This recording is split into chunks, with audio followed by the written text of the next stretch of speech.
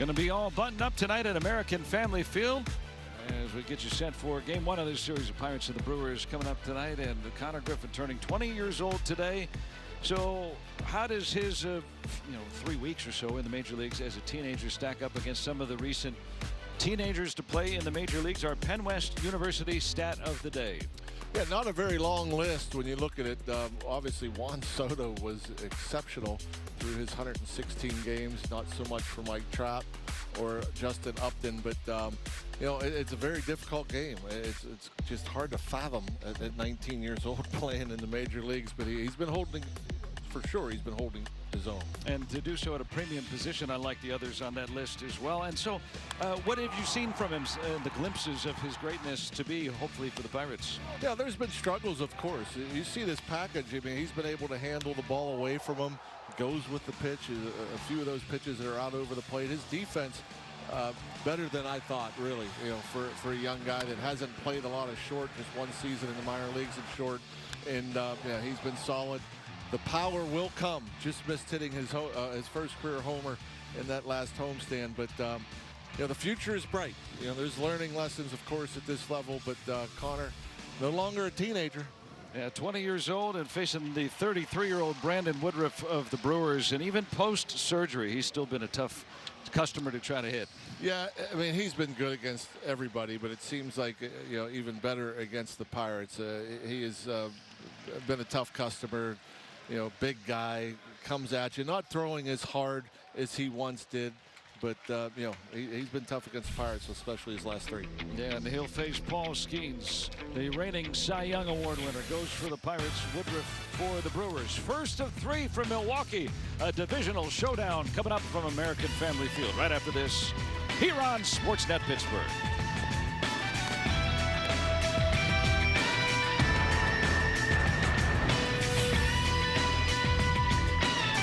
And the accounts and descriptions of this game may not be disseminated without the express written consent of the Pittsburgh Pirates.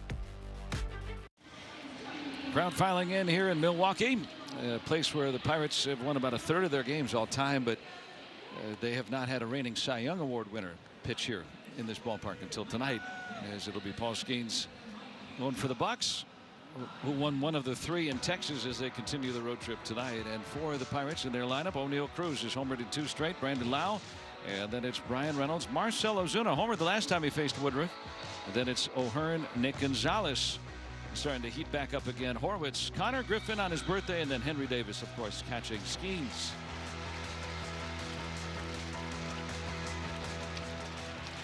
And maybe talking with a longtime American League player about some of the intricacies of American Family Field. Roof is closed tonight. Panels are open, the windows. And so maybe just pointing out some of the details. Of course, not playing a lot of outfield in the major leagues too.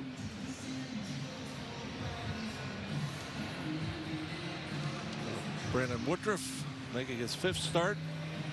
2-0, 342. This is a guy, a big power guy, used to come right at you with high 90s fastball. Not there anymore. He's pitching in the lower 90s, but still having success, plenty of success with it. Yeah, when he first came up, upper 90s, would sit, 96 or so, 97.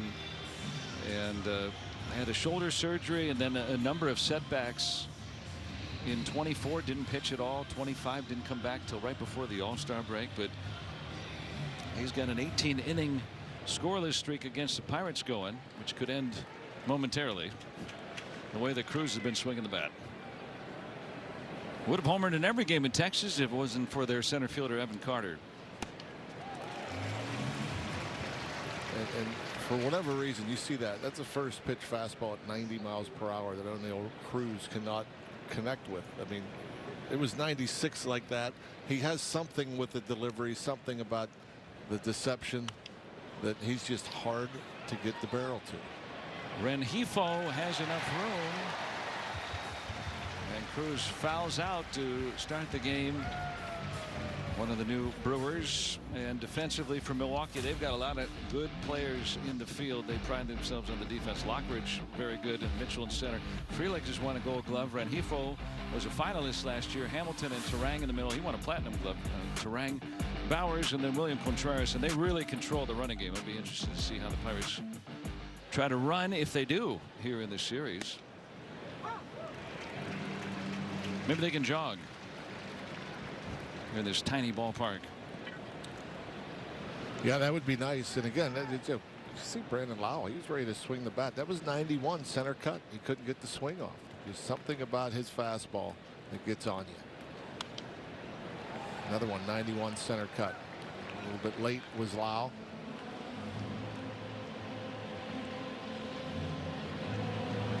And so for some of these new Pirates that have not been through the division for a long time, and not a lot of familiarity with Woodruff.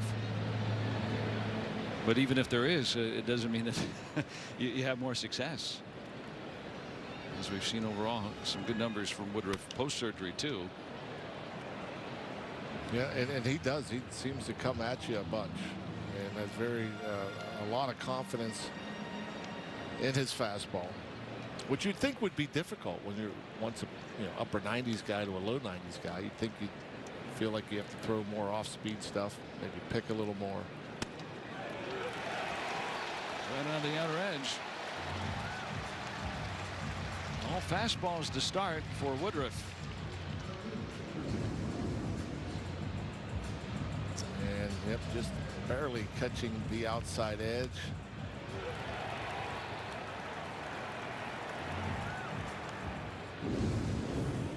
So a foul out and a strikeout, and now Reynolds, who has seen Woodruff plenty through the years, both versions, so to speak, and Woodruff has had his number.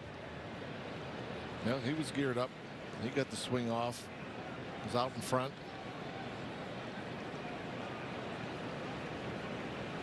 Reynolds off to a good start. And there's the two-time manager of the year, Pat Murphy. Every year he's been the manager of the Brewers. He's won the manager of the year award.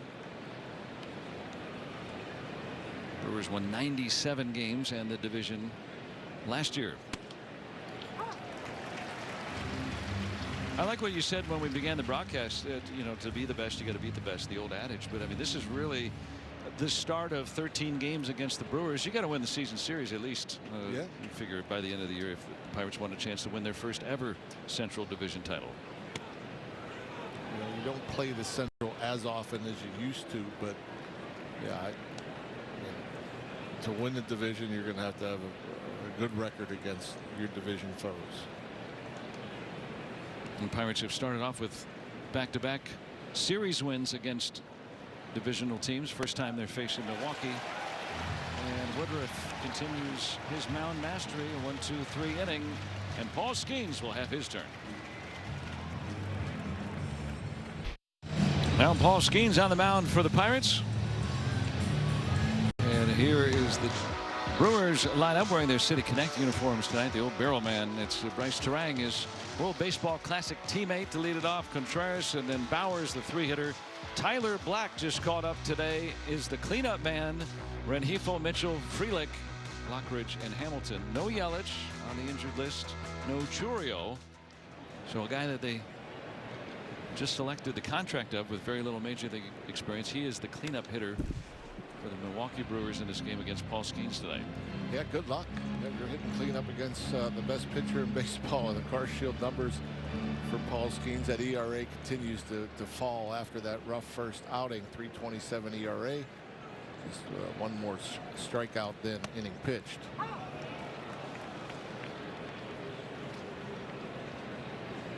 Skeens and Turang teaming up for the United States, but Turang in the last major league game that he faced him, he homered off Skeens. Really coming into his own as one of the better players in baseball. But Skeens thwarts the best of them night after night. Only 9 hits allowed in those last 4 starts. 13 all season. And he'll start the night with a strikeout.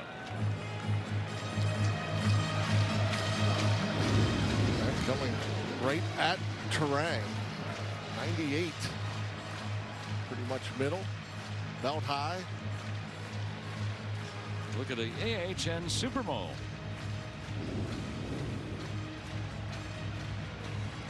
You don't think about this very often, but maybe a bit of a revenge game for Skeens. He did not fare well in this ballpark last year after just dominating. First time he ever pitched here. William Contreras, fine hitter, fine catcher. Yeah, numbers against the Brewers, the ERA, just 4 starts, but almost double what his career ERA is. That's scary to think about. Skeens with a chip on his shoulder. He doesn't even need any of that to get him motivated. Yeah, breaks out the splinker early on in this game. Remember last year's rookie phenom Jacob Mizorowski and Skeens faced off against one another. The Miz will pitch tomorrow. Little pop-up. There's the birthday boy, Connor Griffin. Look at the Levin Furniture and Mattress defense. Reynolds, Cruz, and O'Hearn is in the outfield. It's Gonzalez, Griffin, Lau, and Horwitz left to right around the horn. Henry Davis doing the catching. Basically the same lineup as yesterday. Basically their regular lineup against the right-handed pitcher. We didn't see that last year with the Pirates. Yeah, these guys out there, the additions offensively. Meanwhile, the Brewers, 25 games in, have used 25 different lineups. A lot of injuries. Jake Bauers.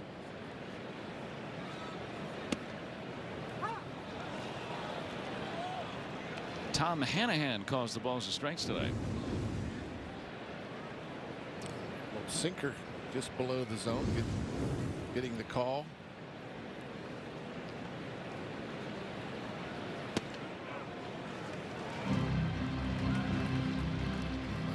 Splinker once again. We saw it a ton, it seemed like, last year. Just haven't seen it as much. The early going of 26.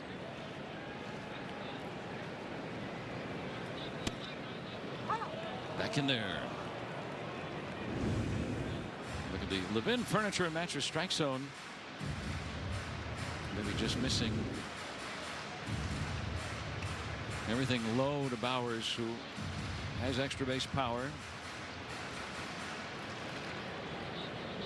This ballpark favorable for the hitters. Not really deep dimensions.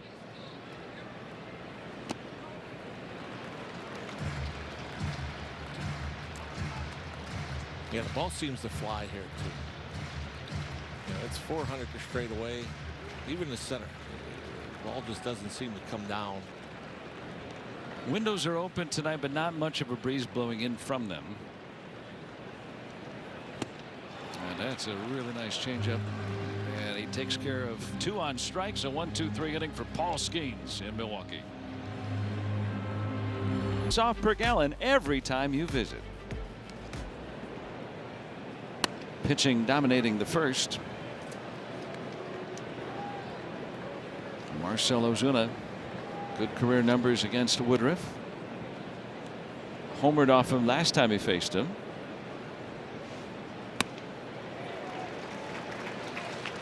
Facing him as a Pirate for the first time. Those Xfinity numbers keep climbing for Ozuna. Got off to that rough start.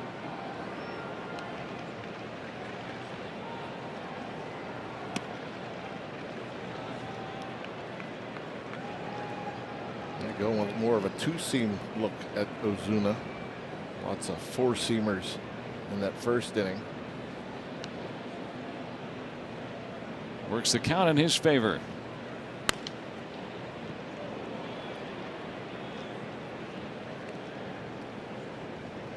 So now 2-2.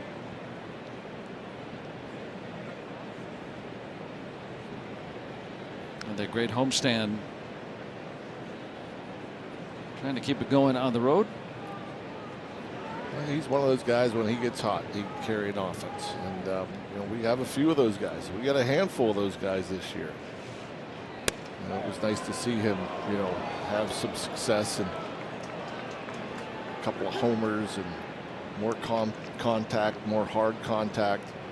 But he's not locked in yet. He hasn't been locked in yet, and he will at some point get locked in.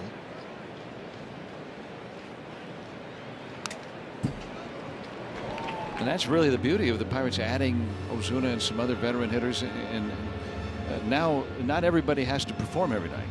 Yeah, I mean, you get 2 or 3 of these guys going with this pitching staff. That'll be enough on a lot of nights. O'Hearn, one of the league leaders in a bunch of categories, on deck. Woodruff again mystifying the Pirates with that low 90s fastball. Tough to square up. Already a lot of swing and miss against this 4-seam fastball.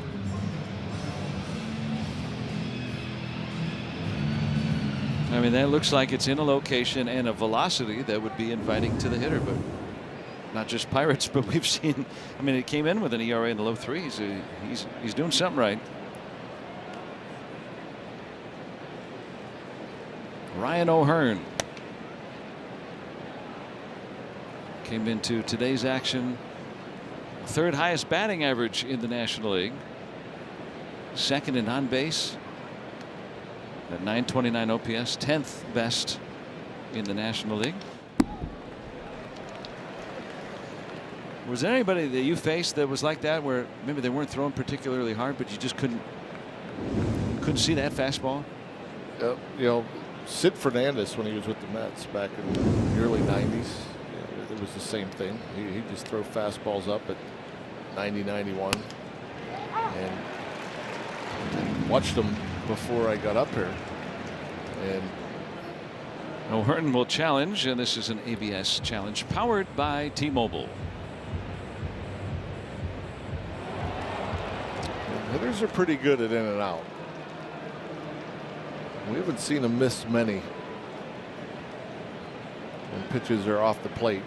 Up and down, I think that's where we've seen the majority of misses when they challenge.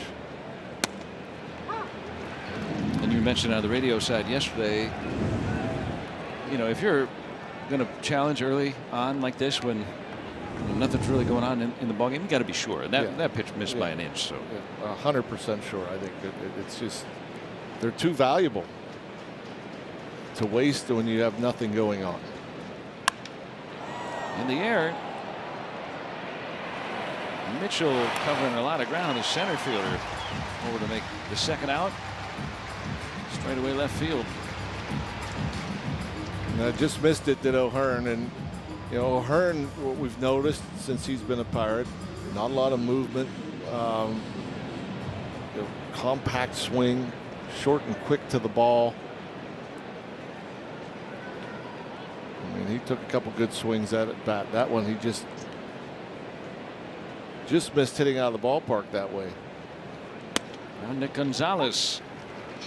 Yeah, but Sid Fernandez, I mean, he threw a ton of them. He threw, I mean, he kind of had different arm slot, lower arm slot. And, it appeared like it was rising as it was approaching to you.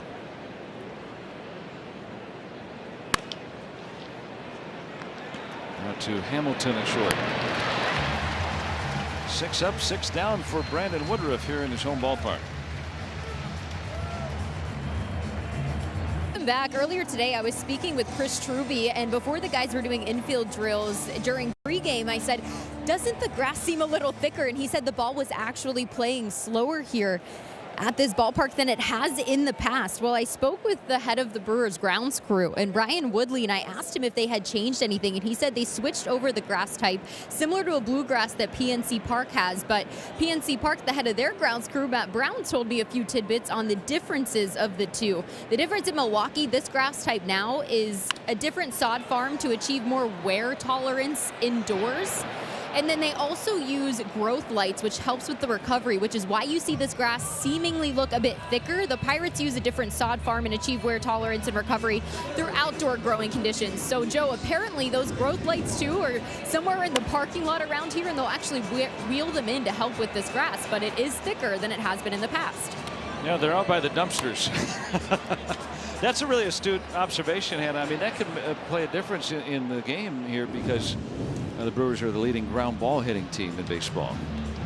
Yeah, you know, when they first opened this place, they had trouble with the grass, and it was thin, which made the playing surface fast. You know, the ball would fly through this infield, and you know, I've noticed those big lights that they used to place in certain areas to help the grass grow. I guess it serves as like the sun, you know. And but yeah, I know it's been, you know, with the weather up here, roof open, closed.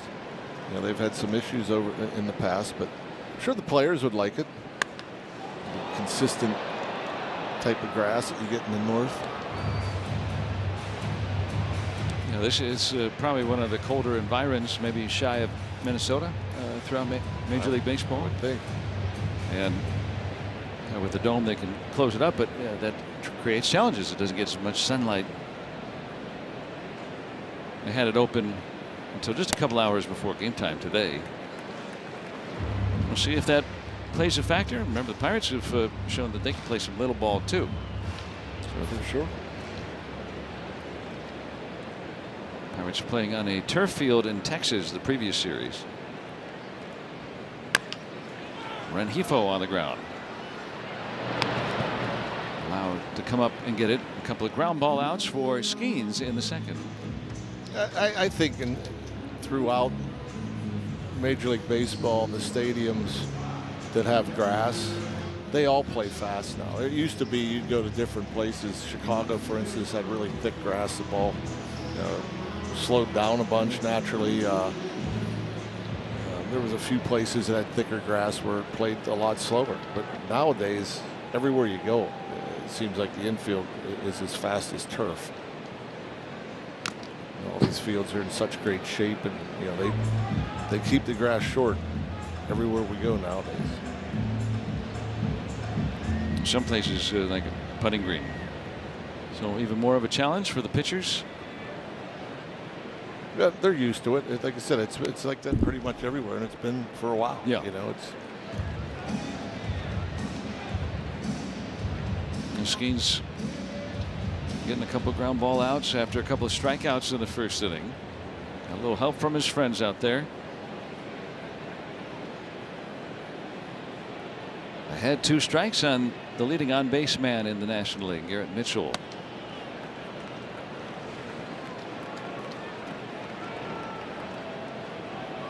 Teaming with Henry Davis ever since he came on in relief on April 14th of last year.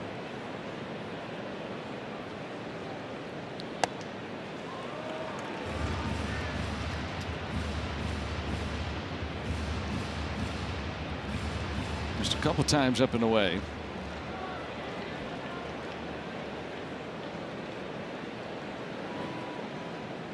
He's got strikeout number 3. Paul Skeens. No one has touched him tonight. Scoreless through 2 in Milwaukee. They have their backs against the wall, but they're not done yet. And they'll face the Flyers in Game 4 tomorrow night in the first-round series of the Stanley Cup playoffs. And our coverage of that one begins at 7 p.m. right here on Sportsnet Pittsburgh.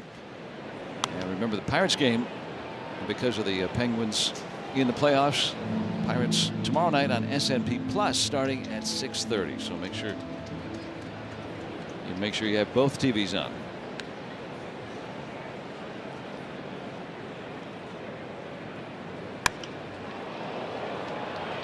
Out to left field, trying to go the other way. Thought he might have got enough of it.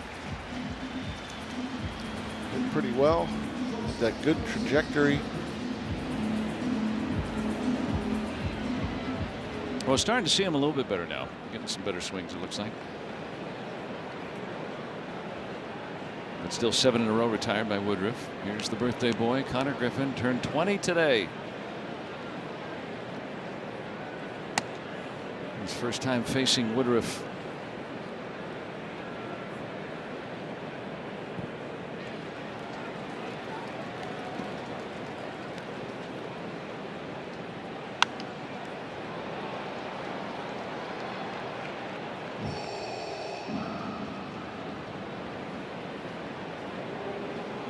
He got to play about 3 weeks in the major leagues as a teenager.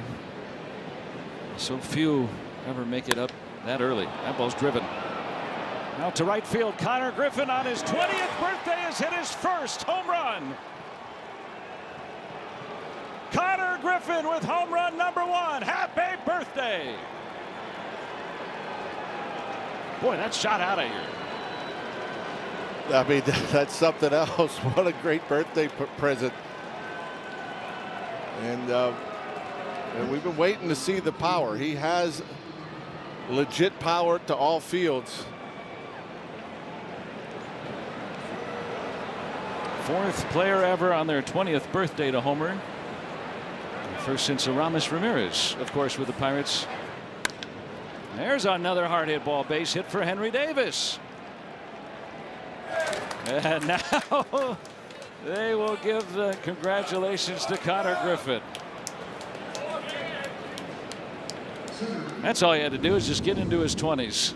And he got into this one. Look at that. Yep, well, we've been talking about it. You know, he's thrown a lot of fastballs, challenging the Pirate hitters. A lot of them right there down the middle. And he's gotten away with it until Connor got a hold of one.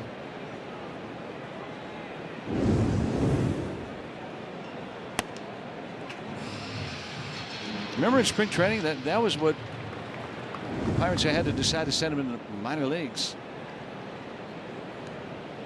Matz to try to catch that. Remember, you know, he was having trouble with the fastball, and all the Pirates were having trouble with Woodruff's fastball, and that's what he did with it first at bat that he got to face. Yeah, I mean, you wonder if that gets him really going, because I mean, not just in spring training, but you know, the first few weeks of his big league career, he's had some troubles with the fastball, and so you know, we showed you the highlights as some of his hits from earlier in the year, and almost everything was out over the plate. Most of it, if not all of it, was spinning off speed. You know, but for him to be able to get the extension on the fastball and drive it out of the ballpark, and sometimes that's what it takes to get your timing back to where you get on the fastball. That home run brought to you by UPMC. First, hopefully many for Connor Griffin. Look at that. A look of relief too for him. He was slugging .222 off the fastball. No extra base hits yet until that one. And we've seen it, you know, his first spring training with the Pirates. So in 25, you know, we've seen a home run that looked a lot like that in Sarasota on a pitch out over the plate where he just crushed one deep and out of the ballpark. Now, congratulations to him. What a way to celebrate your birthday is to hit a home run, especially number 20. It's hardly has ever happened. Speaking of, how about Cruz grounding into a double play? That hardly ever happens. But the Pirates claim the lead. Connor Griffin with home run number 1, hopefully of many in his big league career, to the opposite field off Brandon Woodruff. Happy birthday.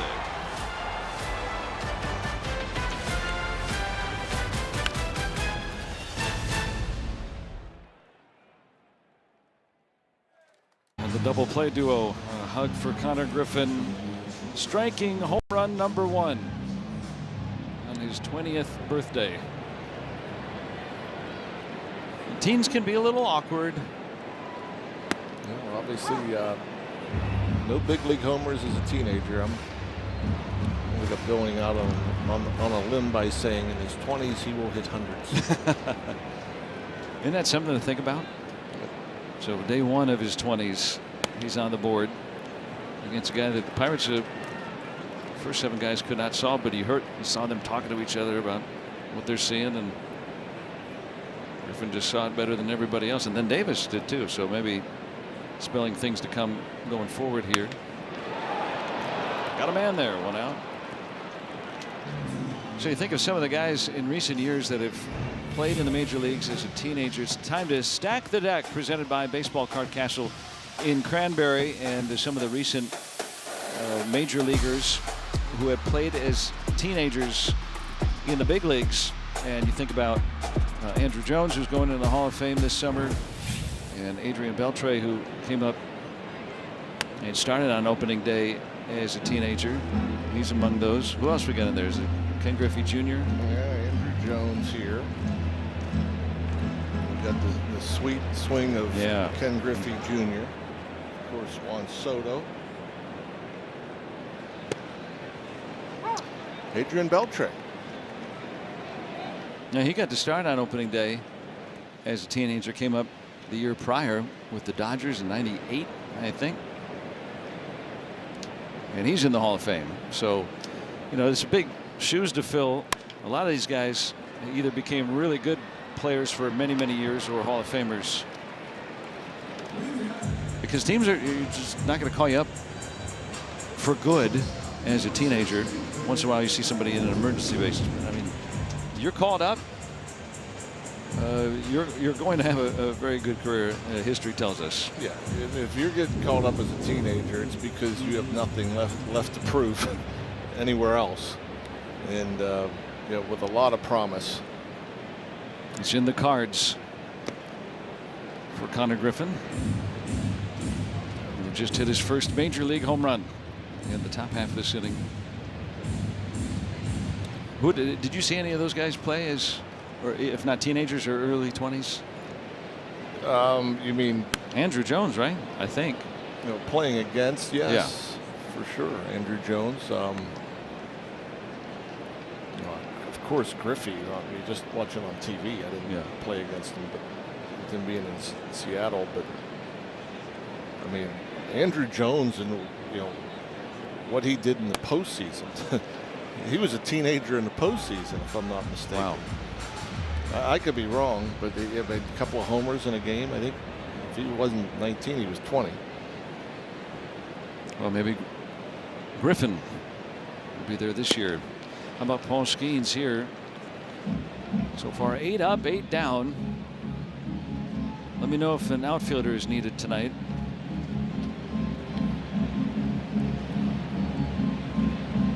He's a strike away from making it 9 up, 9 down. Reminiscent of his first outing here in this ballpark a couple of years ago.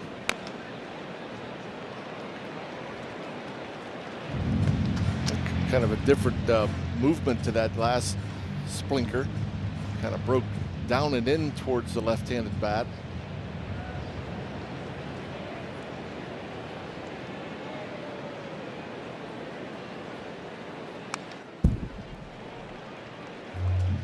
.99 from Skeens. Still just 36 pitches. Remember that last outing, just 4 innings because of a 2.5-hour rain delay. So for a guy that pitched in the World Baseball Classic, fresh. Yeah, I'm sure. Feeling good. I'd love to see how efficient he's been. Jacob Metz says no swing. You know what, 37 pitches now? That's it. No one has reached yet.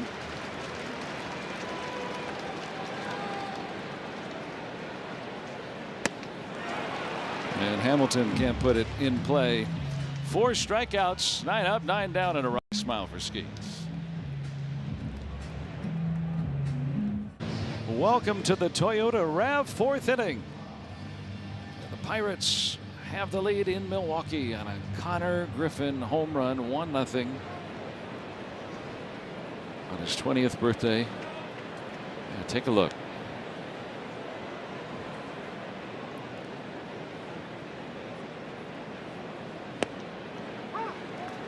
Not like that it's that deep into his career, but you know, he's a power guy. I mean, he's got all the skills, speed, hit for average, defense, but power is another one of those tools. Pirates starting to figure out Woodruff. That's going to be extra bases for Lau. Mitchell went for it, and Lau will lead off the 4th with a double.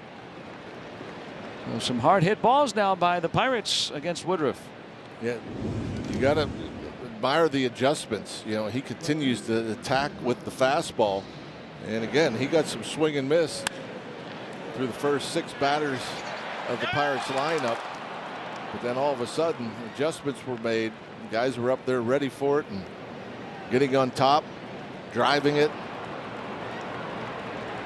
starting with Horwitz leading off the third. Yeah, all hard hit balls since then. Horwitz, Griffin, Davis, Cruz, and now Lau. And now Reynolds will get a second look. Yeah, no surprise that he's going to start mixing it up a little more. Went with the breaking ball.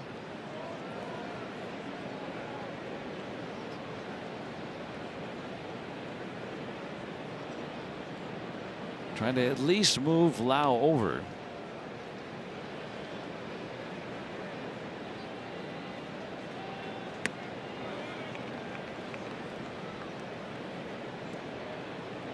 Reynolds against Woodruff lifetime 3 out of 22 with 12 strikeouts. That's got to be some of the best numbers for an opposing pitcher against Reynolds, I would think. Yeah, I would think so. He's so good at adjusting up there, and he's been so consistent in his career.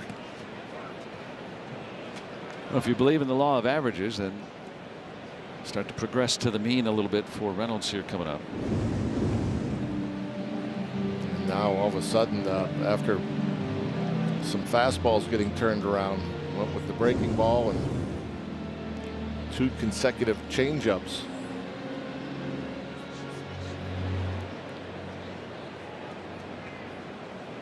How do you adjust as the hitter? Well, you're just looking fastball now again. Up at the 2 strikes. Got one. Well, that might have been the cutter, but either way, inside.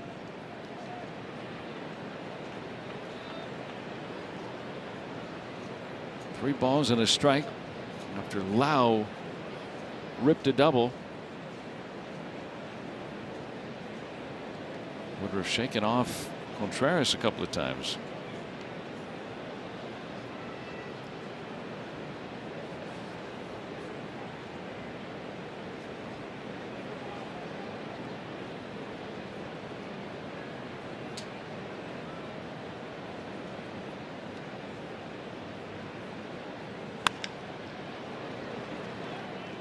That's the idea. Get it ready. Get it out front. Good hitters count. Least you want to do is pull it to the right side. Trying to advance that runner from second with nobody out here in the 4th.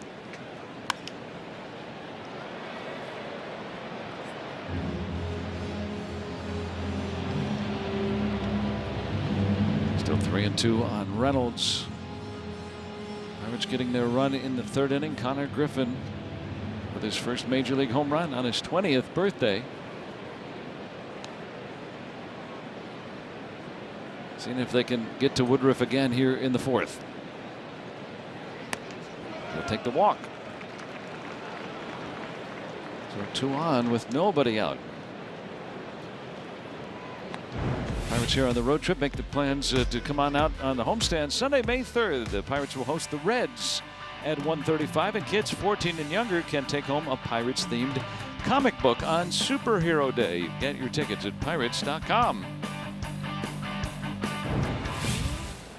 Superhero pierogies. Ozuna with 2 on.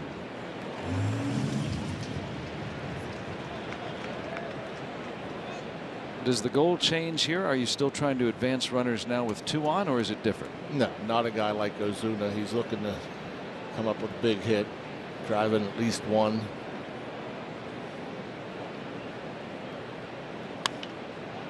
In the air to left. Lockridge. No chance to advance. Didn't seem like he got really good wood on that ball, and it goes almost to the warning track here. Yeah, he gets barreled to it. There's no question. It's out of the ballpark with that type of launch angle. Got in on him a bit. Now to O'Hearn. Last 4 seasons combined hits .301 with runners in scoring position. And he's already won an ABS challenge tonight. Strike, batter challenge.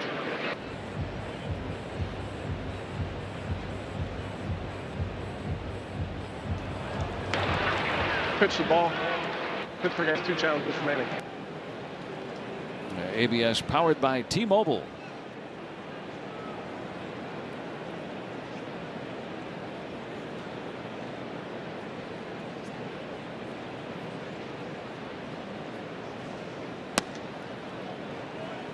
So now instead of, well, now Contreras is going to challenge. Oh, poor Tom Hanahan.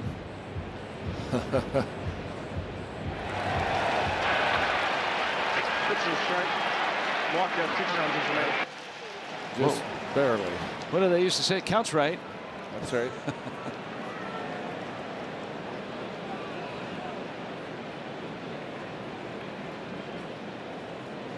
So a 1-1 count. Popped up. A lot of foul territory. Should come back to Contreras. Yeah, he's got it. And Woodruff making some big pitches after 2 on and nobody out. Now 2 away.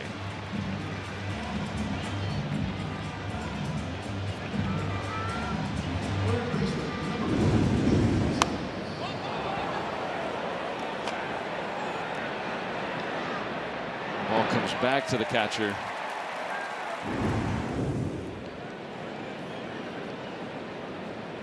Need a 2-out hit. Pirates have been a little bit better in that department here on this road trip.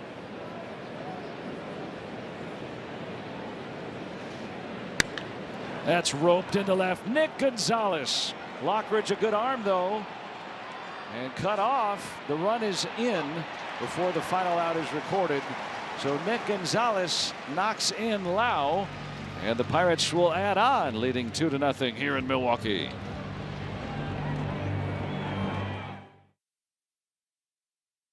Nick Gonzalez is going. Well, yeah, he's been collecting the RBIs. He hasn't hit for much power. He gets a cutter.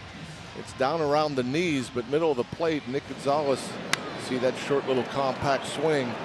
Brandon Lau getting waved from Tony Beasley. And you mentioned the good arm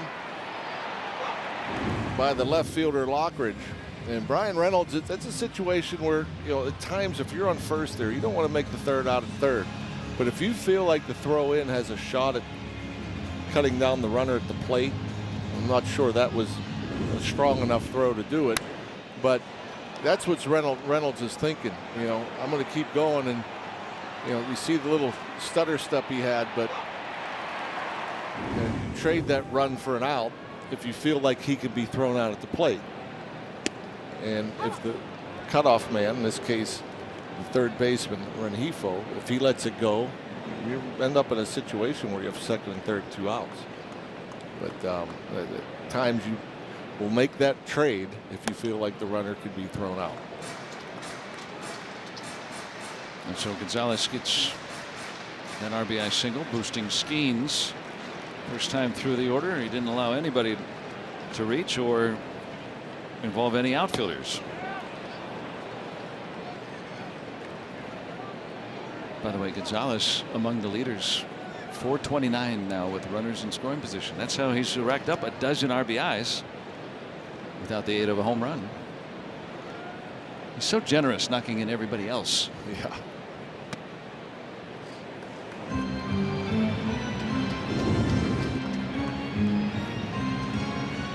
Plate with the fastball, 2-2. Nice Terang. Fine hitter. Doesn't look like it against Paul Skeens. Boy, he's something. 5 strikeouts now. He struck out half the hitters already tonight. This time, I believe the splinter again. Sometimes hard to tell between the changeup and the splinter if you don't know the velocity. And there's been a little cut to that splinter early on in this game. What does that mean, and what does that look for the hitter? Pitch called the ball. He catches. Well, we have an ABS challenge. This is by Henry Davis. ABS powered by T-Mobile. Pitch to strike. Pittsburgh has 2 challenges remaining. So the challenging teams have gotten them all right tonight.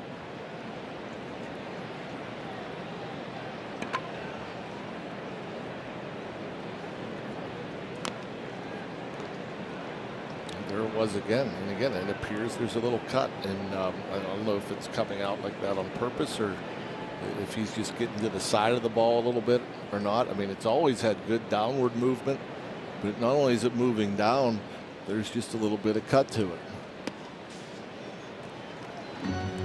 Big sweeper.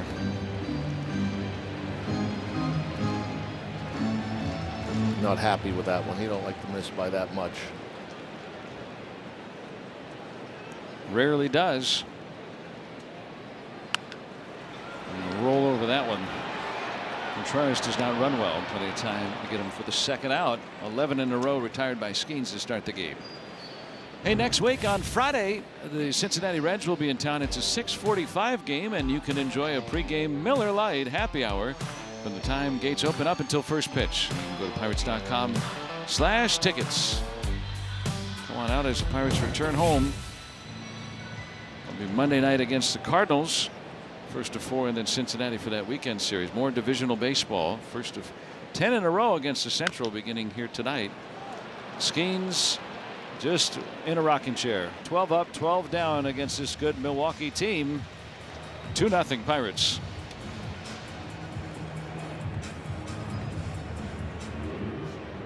Pirates baseball on S&P is presented by your Western PA Chevy dealers. Chevrolet, the best-selling brand in Pittsburgh. And by Levin Furniture and Mattress, Pittsburgh's #1 furniture and mattress store. Spencer Horwitz leads it off for the Pirates, who are up 2-0. Then Connor Griffin waiting on deck. He just homered his first time up. First major league home run.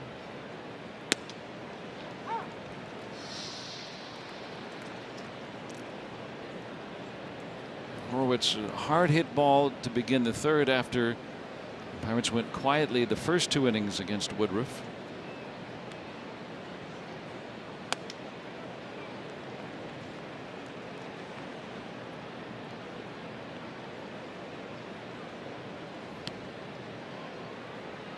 In-game adjustments so important.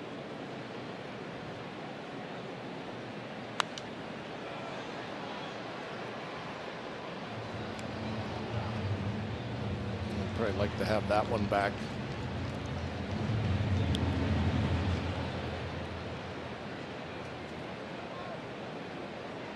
He'll take his timeout.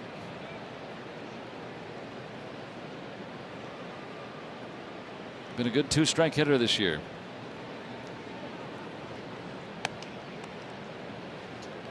Yeah, there will be times I think with Spencer where if he gets into a good count and see nobody on, he'll take a bigger swing, look for some power.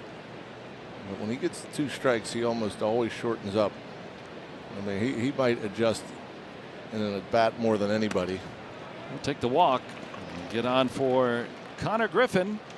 And let's take a look at StatCast, powered by Google Cloud, on his first major league home run his last time up. You know, Woodruff comes in with a fastball under half of the plate, pulls those hands in, almost 105 off the bat, 386 the other way. On his 20th birthday, his first home run. And he shoots one right side through. Base hit. 2 for 2 night for Griffin. And Horwitz will take third. Bucks in business here in the 5th. And let's take a look at our Penn West University educating you. And for Connor Griffin, that home run that he hit, just the 4th major league player on their 20th birthday to ever homer, and the first one to hit his first career home run on his 20th birthday. As we mentioned, it was Aramis Ramirez the last to homer on his 20th birthday for the Pirates back in '98. 2 on, and Davis a hard hit single his first time up. Yeah, he wasted no time after the Griffin homer. He got a fastball, hit it hard. And that was encouraging.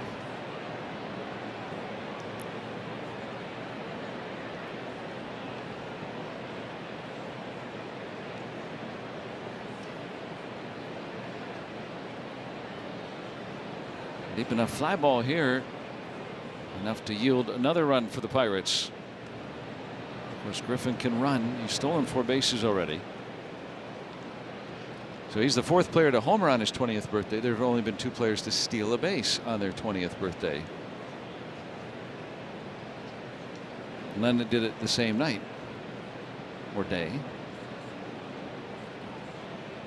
Tim Raines, the Hall of Famer, stole on his 20th birthday.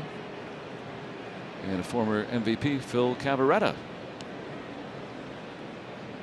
For you history buffs out there. He's taken off. Pitch is a strike. Throw is not. And Connor Griffin with a stolen base, number 5. You think of the total package with Connor. He's showing off a lot of the tools that he came to the big leagues with. The power, the speed. He's able to just barely keep the fingertips on that base. And the Bucks stole a base. Now you steal a deal. Scan on screen for $25 off at Valvoline Instant Oil Change.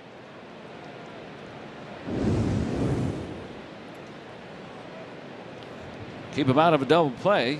Base hit, depending on where it's hit, even with nobody out. Griffin's speed might get a pair in here. Hard hit, but right to short. 1 out.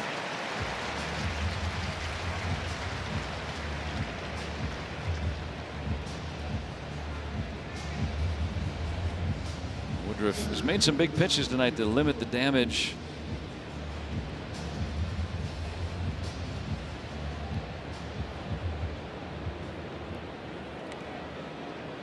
Well, we'll see if O'Neill Cruz gets anything to hit here with 1 out.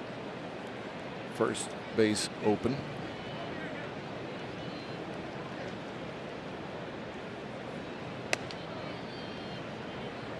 Infield is up.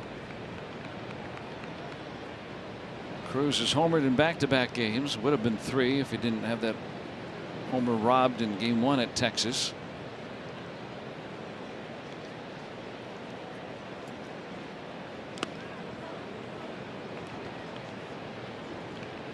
Cruz has been good with runners in scoring position coming into tonight's game. 333. One of the most prolific RBI men at this stage of the season in Pirates history. Got Bucks on the pond with 1 out.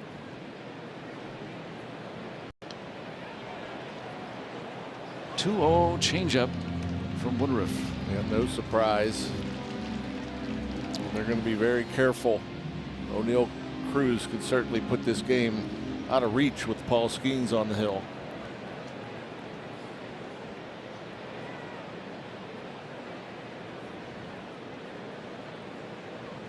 Ooh.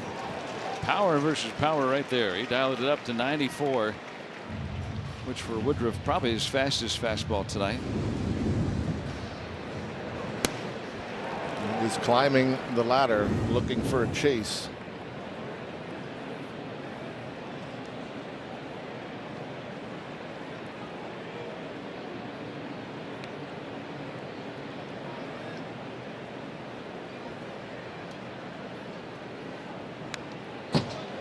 Spoiled that changeup.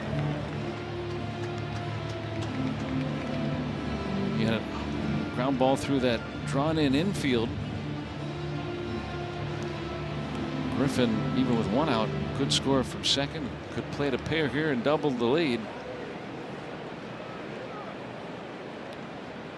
See if contact would be on a ball to an infielder, or which the lead runner.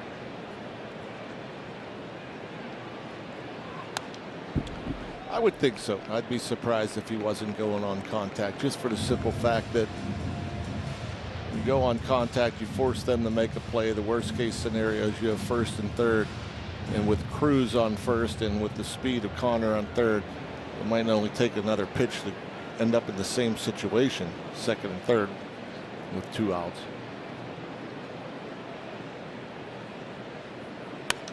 Shot foul. That one was at 96, so Woodruff just senses the game could get away from him right here. Cruz may have cracked the bat on that last foul ball.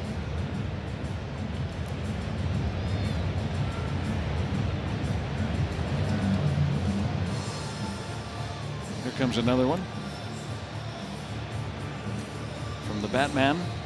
Hard to call him a bad boy. He's got a beard. Yeah.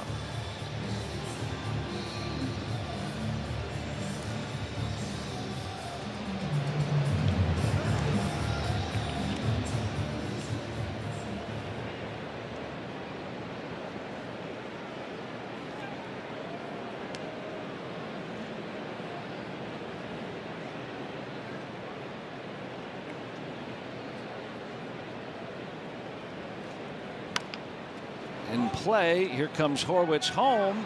He is safe. Pirates have another 3-0. Again, they put the pressure on the defense. And I'm not sure Horwitz broke right away. And there was a little hesitation by Bowers over there at first base. And, you know, the ball wasn't hit extremely hard. You know, Bowers had got in front of it. He has a better chance if he goes to the backhand, because then he'd be in a position to throw. But he had to step throw. And Horwitz, even though there was a slight hesitation before he broke for home, put the pressure on the defense to make a play. They weren't able to do it. And so, love the strategy, going on contact.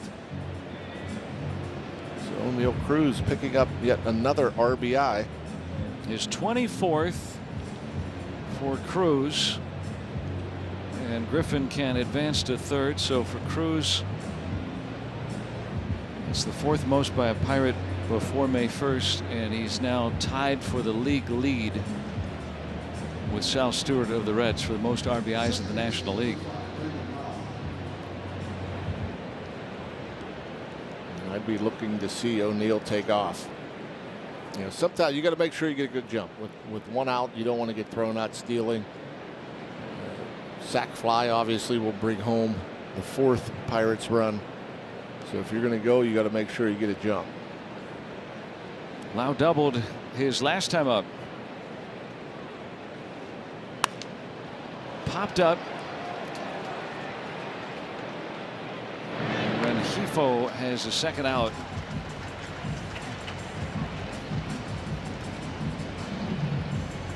Woodruff is slow to the plate.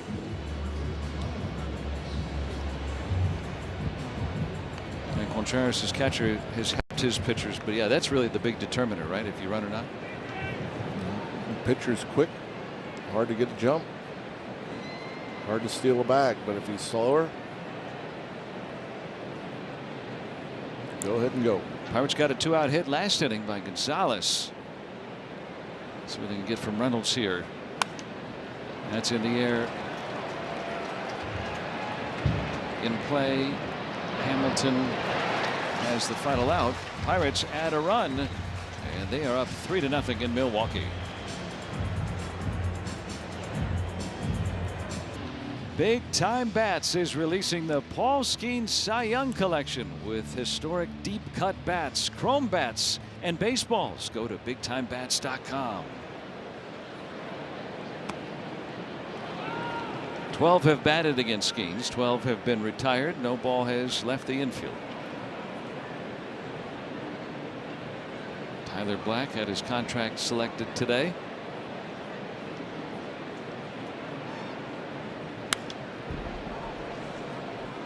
He's the cleanup hitter for Milwaukee tonight. They're without Yelich and Churio on the injured list. So what?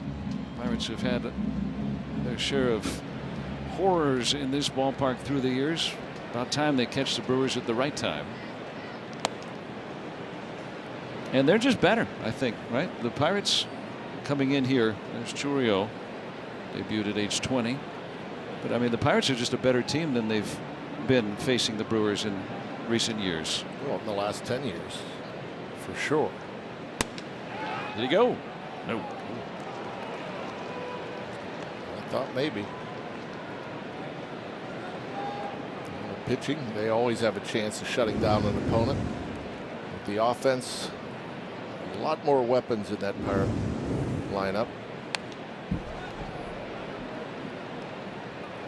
And they got a reigning Cy Young Award winner pitching tonight for Donnie Kelly's bunch. 4-2 against the Central so far this year, the Pirates.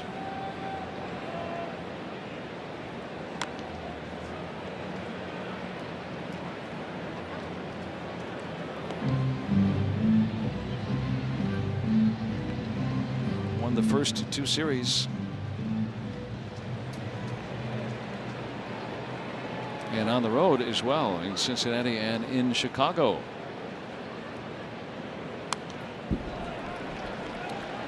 Work. And you think of a guy getting called up and batting in this cleanup spot against a guy like Paul Skeens. You think, man, he must be a good fastball hitter. You know, why else would you put him in that spot of your order? And he hasn't been able to catch up to the Skeens fastball, although he's been able to foul a few off, but frozen by the changeup. Half dozen strikeouts. Perfectly placed changeup. Although I think that might have been the Splinker once again. And that strikeout presented by Coppers, protecting what matters, preserving the future.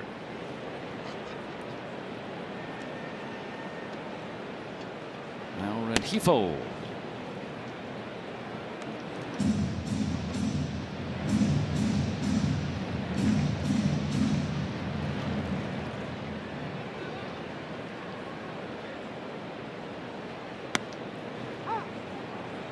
Filling up the strike zone. A team that walks more than any other team and takes a lot more pitches than just about any other team. And he's just attacking, and that was a great 1-0 pitch. Just flipping a sweeper on the outside corner.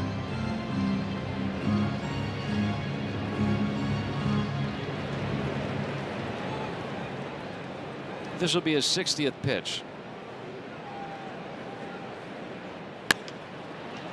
Keeps it in the infield. Another out. 14 in a row retired by Skeens to start his night. Remember his debut here. He went 7 innings without allowing a hit, and he struck out 11 against Milwaukee. There you see again the Splinker. That's a pitch we talked about a lot in the last couple of years. And he hasn't thrown it much this year, but he's thrown a bunch of them here tonight. Oh, hey, there's the first ball in the outfield with Skeens on the mound tonight. That's literally the first time that the outfielders have had to go for a ball with Skeens on the mound. Already activity for Milwaukee. Just caught up today, Shane Drowan.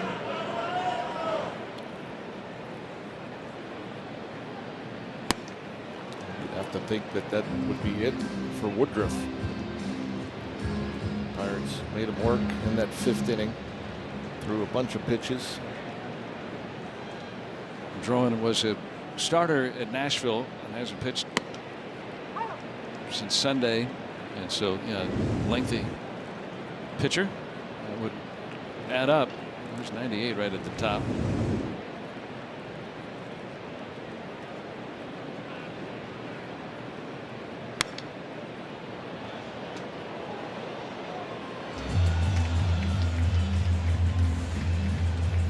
Still ahead on Garrett Mitchell.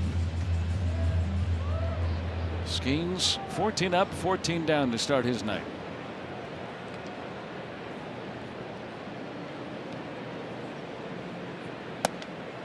And you start thinking about Paul Skeens, and everybody's on pitch counts nowadays. And you think about him completing a game, you're gonna have to be efficient. He's been efficient through 4 2/3. You wonder if it goes through his mind, or is he just singularly focused on executing the next pitch, or are you thinking, man, I got to get outs quicker? Just to have the opportunity.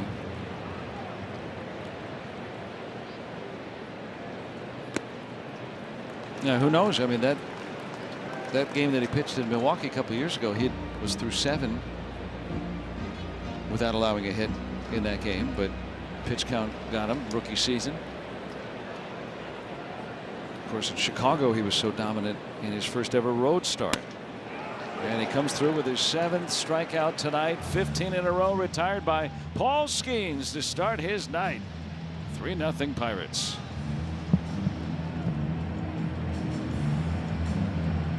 Ozuna is a trendsetter here for the Pittsburgh Pirates. If you saw when Connor Griffin hit his home run, when he was rounding the bases, he hit this little fly celebration.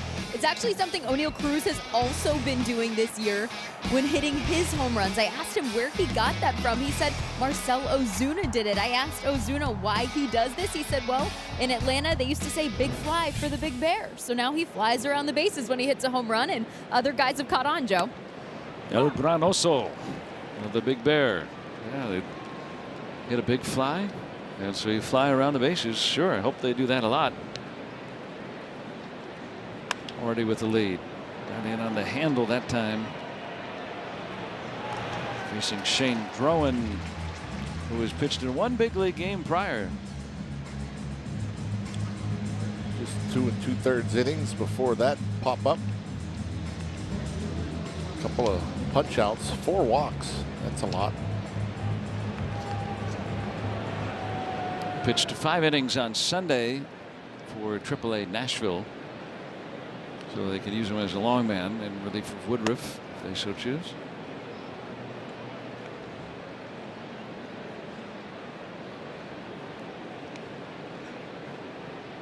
The Brewers have not hit a ball out of the infield against Skeens tonight, and the Pirates keep on peppering the Brewers. Base hit and more for O'Hearn. He's got a 1-out double. Just crazy how good he is against left-handed pitching. Fastball up and in at 95. Just look how short and compact that swing is. And you think, you know, for a left-handed hitter to hit lefties so well, you're thinking, oh, you know, we talked about it a bunch with O'Neal Cruz, trying to see it a little bit longer. You know, take your sights maybe the other way, so you're not chasing a breaking ball. Well, O'Hearn, I don't know if his approach changes much. He's just always short and quick to the ball. I asked him the other day. He said, I try to be the same guy from facing righties or lefties. There's so little movement in his swing, and he is so short to the ball. And he sees it. He just recognizes before he reacts, and so he's able to pick up that spin, whether it's a righty or a lefty, but still quick enough to turn around a fastball up and in. So he's on for Gonzalez, who had that 2-out run-scoring hit in the 4th inning.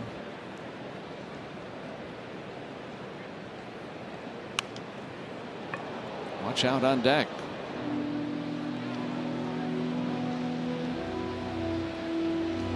Lost the bat, and Horwitz, you know, trying to get a little bit more behind the plate to see the pitcher came in his direction. Get some more of the sticky stuff.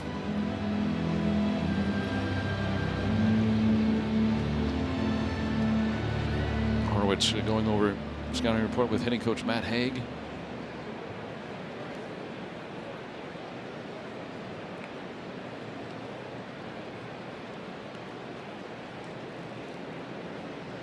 Pirates a single run in the 3rd, 4th, and 5th off Woodruff, and now Drowan came over in that early February trade with Boston. Kind of a big trade right before spring training. Some key pieces going both ways.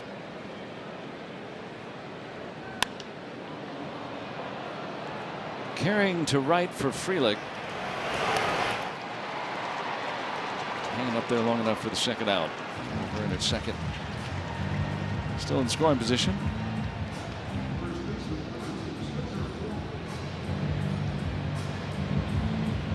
Horwitz will get a chance against the lefty.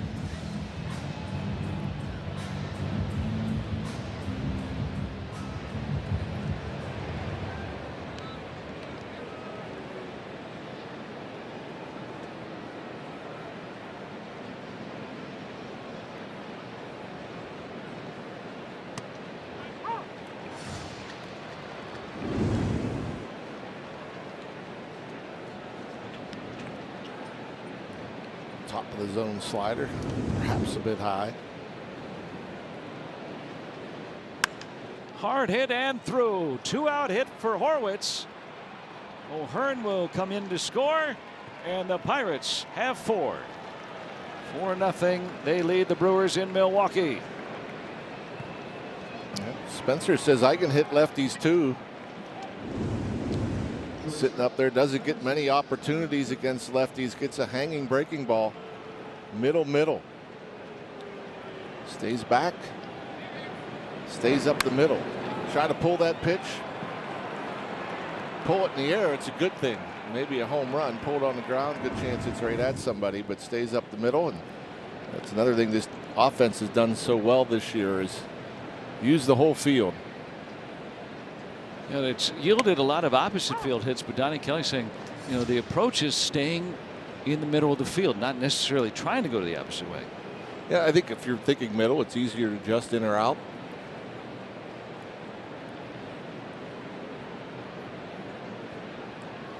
Connor Griffin tonight, base hit both times up. Hit his first major league home run back at the 3rd, and then a base hit, stole a base on his 20th birthday.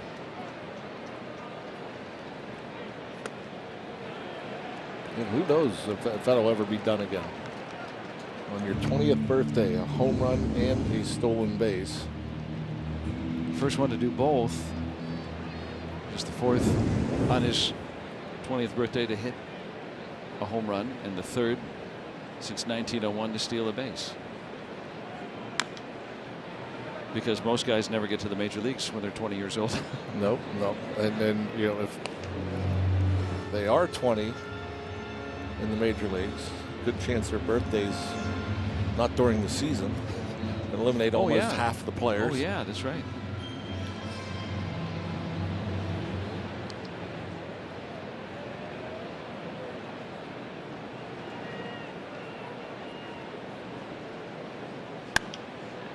Remember, Edwin Jackson got called up on his 20th birthday to pitch for the Dodgers back when pitchers would hit, but he didn't homer.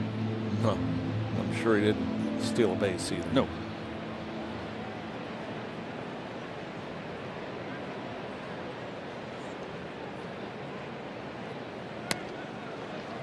There's only been one on his 20th birthday to have 3 hits in a game. Your old teammate Edgar Renteria. Yeah. Well, he could hit.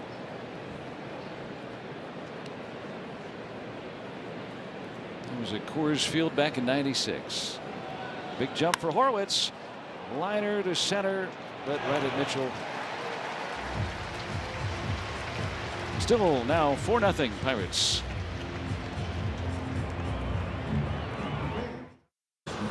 Paul Skeens, he's retired them all so far. He's got a 4-0 lead. He struck out 7. No Brewer has hit the ball out of the infield against Skeens. Remember, he had that 7 no-hit innings against the Brewers back in 2024, removed after 99 pitches. He had a 7-pitch inning and a 6-pitch inning in the 6th and 7th of that start, and needed just 36 pitches for the last 12 outs of his day. So he was really on a roll. And Derek Shelton, the manager at the time, said he was tired. It had nothing to do with the pitch count. It's outside. And here's how he's gotten them out so far tonight. Look at StatCast. Look at that splitter, the splinker. 8 of the 15 outs. It's interesting because he's thrown it a bunch, as many times as we've seen. In fact, I'm told the most splinkers he's thrown since his first start last year, which makes you think, you know, is he warming up and, you know, throwing all his pitches, and, you know, he's like, hey, this is really good tonight. Or as Henry said, boy, that's nasty. Let's go to that a little more tonight.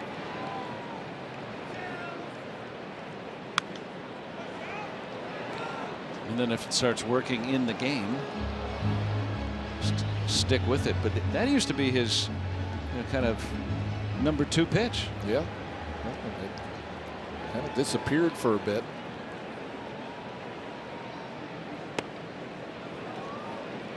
Well, he's not permitted a base runner. 3-2 on Frelick. That big sweeper there. I thought for a moment it might have got him in the back leg. Just missed. No one is reached for Milwaukee. Diving stop for Brandon Lau.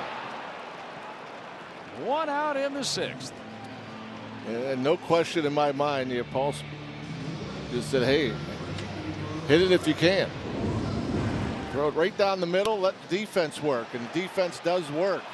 Brandon Lau has looked so good at second base. Ranging far to his left. Sliding, they got to deal with the lip of the grass, the pick.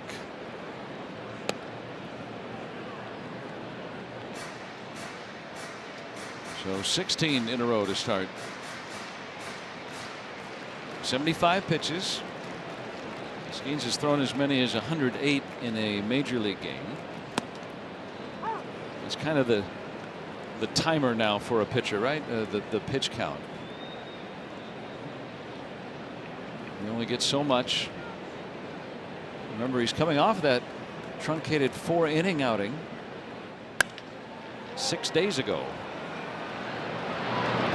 I'll make sure he gets out number 2 of the 6th. So what does Donnie Kelly do if this keeps on going? Well, Skeen's a big horse. He threw 124 pitches in a complete game at Tulane when he was with LSU. And asking him a couple of years ago, what's the difference when you pitch 120, 130 pitches in a game? He goes, within the game, nothing. But the next day, oh, I feel it. Yeah.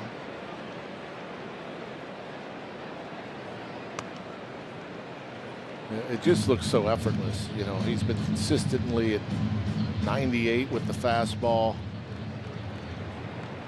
And he is a big horse, and it's not like he's doing anything but staying in his delivery and letting it rip. First time tonight, it'll go into the outfield. There's Cruz with the final out. 18 in a row sent down by Skeens to start the ball game.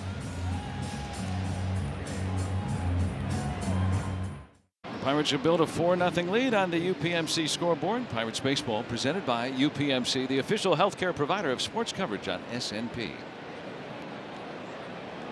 Single tallies in each of the last 4 innings. They knocked Woodruff out after 5. Everything going the Pirates' way tonight in Milwaukee. Stop me if you've heard that before.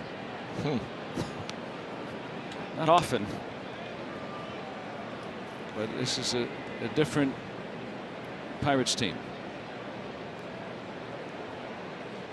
Some hard hit balls tonight for Henry Davis. 1 out of 2.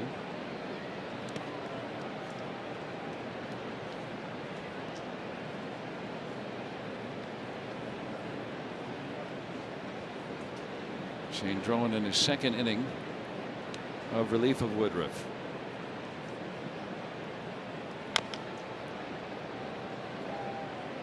It'd be great to see Henry get going. 2 very hard hit balls. Unfortunately, one right at the shortstop with runners on 2nd and 3rd, nobody out in the 5th.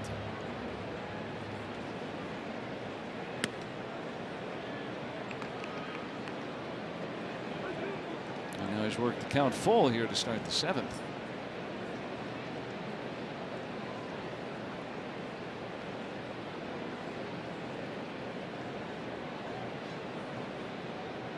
Skeens has been brilliant on the other end.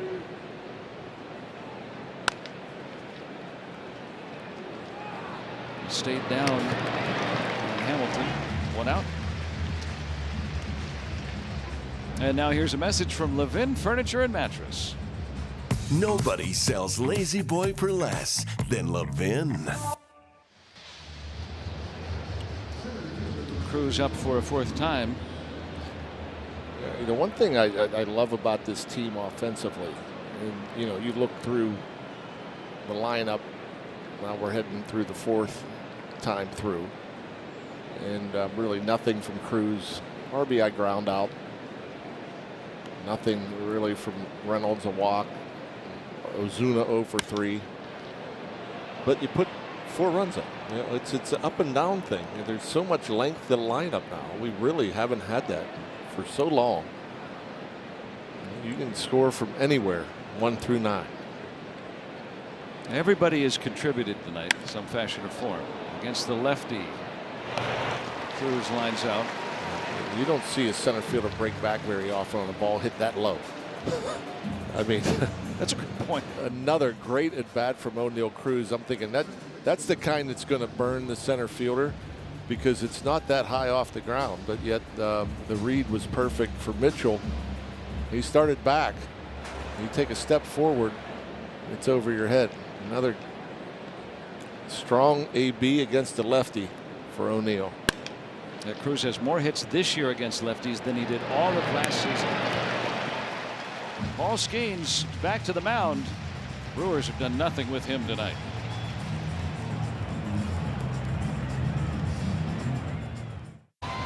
All Pirates tonight, and all 33,000 eyes on Paul Skeens. He's retired the first 18 he's faced. Third time through the order. Terang right at the bag, 1 out. And you love the quick out. You love the 1 pitch out right there. 80 pitches.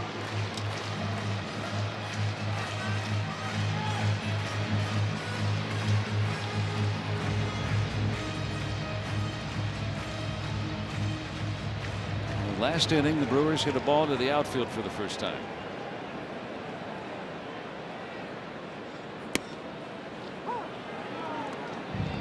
Skeens has struck out 7. No walks. That ball is hit very well, but O'Hearn able to haul it in. Just haven't seen a ball hit like that off Skeens tonight. And again, another very quick out. You love to see it. He has sent down the first 20 batters tonight. And you know, Donnie Kelly loves to see it. 3 pitches. Good chance Bowers is taking here.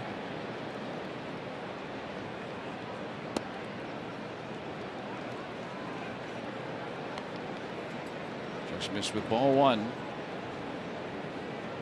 I mean, nothing.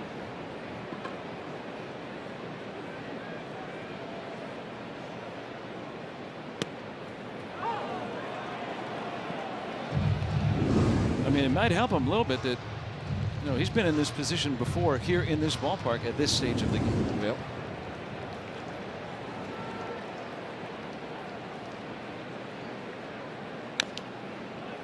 And that was that game in 24 against the Brewers where he went 7 and didn't allow a hit. And it's a little different here, retiring 20 in a row to start his night. Keeping the ball down against Bowers. You know, sometimes Paul will go upstairs to look to finish guys. For the most part, everything's been down. And I thought maybe he'd think to go up. You know, as a hitter, you're thinking, well, I got to get him up a little. He just keeps working me down with fastballs and splinkers. It's a good idea, but a little too high.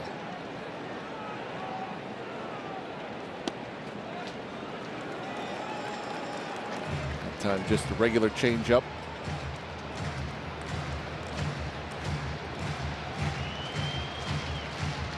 Well, he's not put anybody on base tonight, and he knows it. A few 3-ball counts.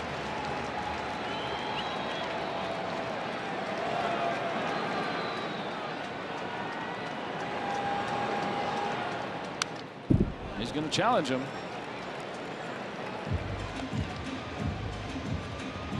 You know, he has confidence in all his pitches to throw them for strikes, whether it be the splinter, the change, sweeper. But I think he's just going to come right at him again with the heat. Oh, how about that? That gives you the idea of the confidence in Paul Skeens and his pitches. It goes with the splinter on a 3-2 pitch. With everything on the line. This will be his 90th pitch. 108 is his big league max. First 2 outs were quick. Bouncing ball through.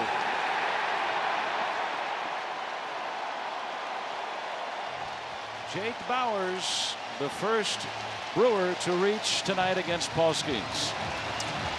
Just a seeing ice single. Nobody's there.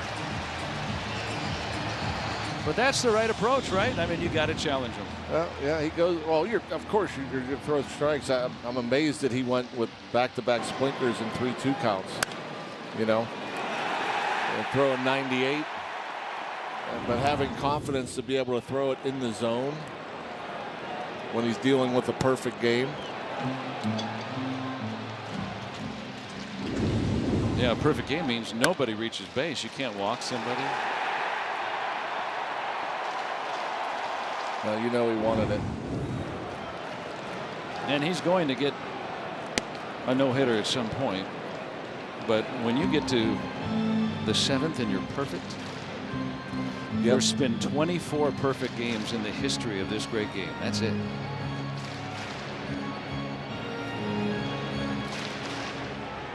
And he may be there again.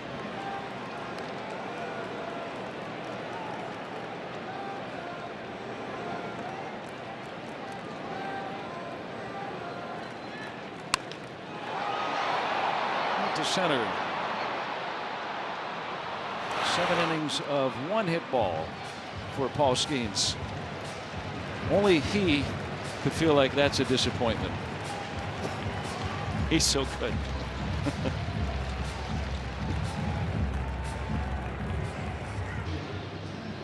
And Paul Skeens and Henry Davis, the battery that has linked up so many times, embracing between innings. Everybody knew in that dugout, and the man on the mound did too. The pursuit of perfection. First 20 in a row sent down by Skeens. And no doubt in my mind that he was going to go back out there if he could retire Bauers to go 21 up, 21 down. But I do believe that there's a bit of a sigh of relief for Donnie Kelly to not, have to make that decision, leaving his star pitcher out there. Yeah, it would have been interesting if it had continued into and maybe even past the 8th inning. We saw Nick Kingham go 20 in a row in his debut for the Pirates.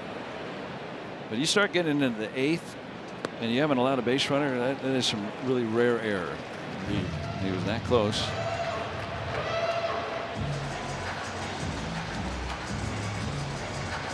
Still, again, another. As we went to break, I said, for only him, it's a disappointment. You think, well, he's not quite perfect, but that's what he's become. He has been a completely new level of pitcher that has really never existed. Yep. I mean, it's something else. It's just incredibly consistent. You think about what he did his rookie year, and then to back that up with a Cy Young, and he'd be leading all of baseball if it wasn't for a couple of an ERA again this year, if it wasn't for a couple miscues in his first outing. But now you look at his last 5 outings, 3 runs allowed, 3 total runs allowed in 5 innings, and 10 hits. Yeah, over 29 innings. His career ERA is 2.01. It is the lowest in the history of baseball. Anyone that's made 50 starts, he's made 61 now. Since they kept track of earned runs in 1913. Montgomery is up. Paul Skeens has the lowest whip in baseball history. That goes back to the dawn of baseball. That means base runners per inning, basically. The history of baseball. I mean, no one has ever been like this at this stage of his career. No. Ever. Yeah. It's phenomenal. And we look at tonight's start, 1 hit over 7 scoreless in Milwaukee. It's his second best start in this ballpark in his career.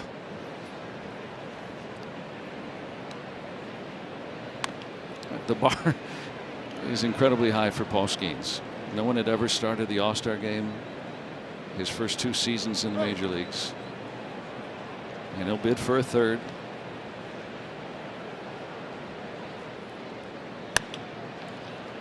Did it again. Deep in the hole. Another base hit for O'Hearn. He's got a 2-hit night.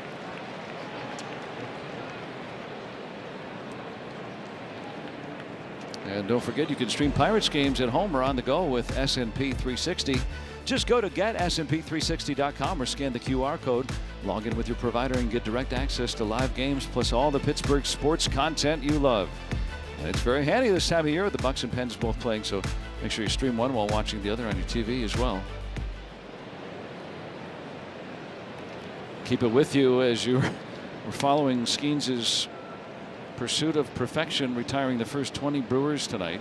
Didn't allow a ball to the outfield until the last man hitting in the 6th.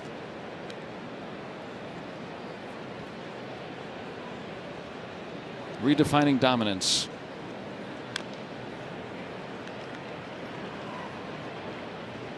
Yep, everything was working. The splinter is back in a big way. Very few pitches. That's the other thing that's amazing for a power pitcher. And so many offerings. How few pitches are in the middle of the plate.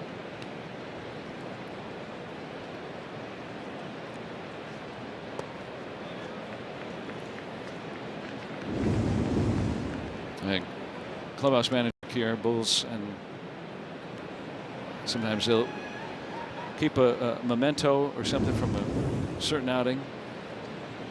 Maybe talking about that.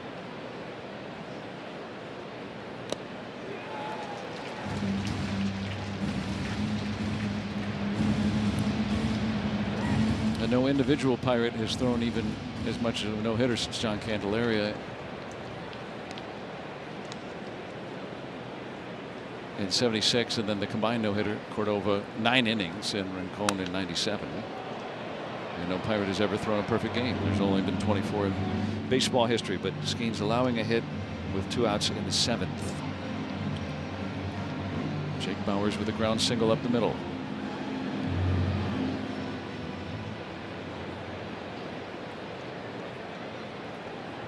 So it looks like his night is over after 7 innings. And focusing in and zooming out now. Well, the Pirates, what did we talk about when the broadcast began tonight? You know, you start to play this stretch of 10 in a row against the Central. Pirates have alternated wins and losses for the last 2 weeks. Maybe start to allow that really good NL Central to separate itself. Yeah, I mean, that's. I think it'll be determined by that record in division play. We'll see of the 5 teams who continues to play well. Everybody playing well the first month of the season.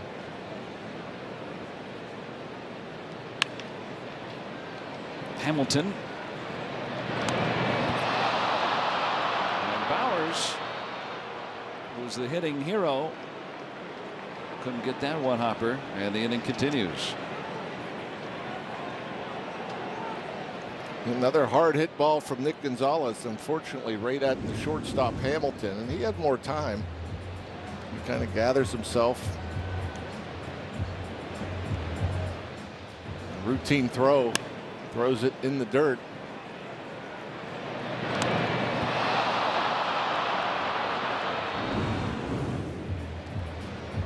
Unforced error. So 2 on and 2 out for the Pirates here. Interesting long conversation on the mound here. Chris Hook is the pitching coach.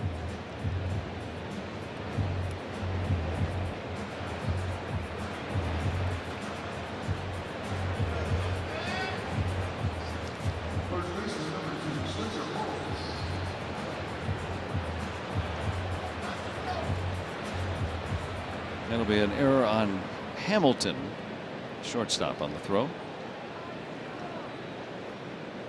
Horwitz an RBI single his last time up against Drowan. That was after 2 men were out. Gonzalez had a 2-out RBI tonight. Connor Griffin with his first major league home run. He's got a 2-hit night.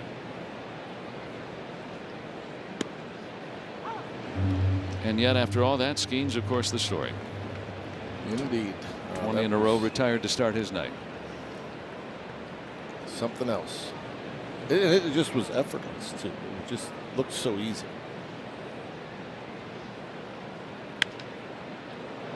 In between on DeBowers. He can't find it. That'll be his 4th error at first base this year. And back-to-back 2-out errors by a usually good defensive Brewers team. Yeah, he misreads it. You know, instead of giving himself some room to get a better hop, he puts himself in a bad position. A little in between hop, and it goes up in the air. He can't find it. And an opportunity here for Connor Griffin to have even a better day with a big hit here. Horwitz will be lifted for Billy Cook. Here's Connor Griffin. Lined out sharply his last time. Only time he's been retired tonight. And as you surmise, Rock, you know, after that home run, might get him locked back in at the plate. He's had a really good night. Batting with the bases full.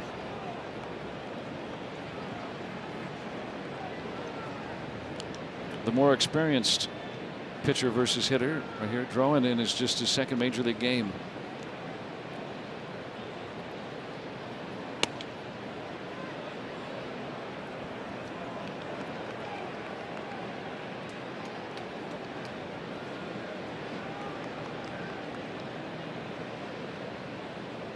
A 2-out hit puts this game to bed in the 8th. Or a walk right here could add another run. For sure. Yeah, they're getting ahead. Tried to pound them in with 2 fastballs, missed, and a bad-looking breaking ball. So Connor should get a good pitch to hit here.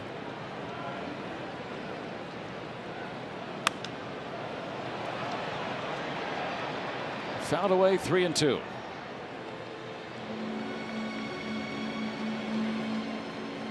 It's actually a pretty good pitch. Edge fastball inside corner, maybe off the plate.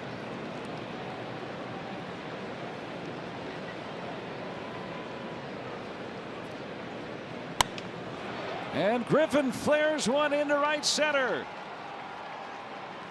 Have a birthday, Connor Griffin. Take advantage. They're going to give you a couple of extra outs, 5 outs for the Pirates here in this 8th inning. And a cutter that I'm guessing they tried to get inside, left it up middle.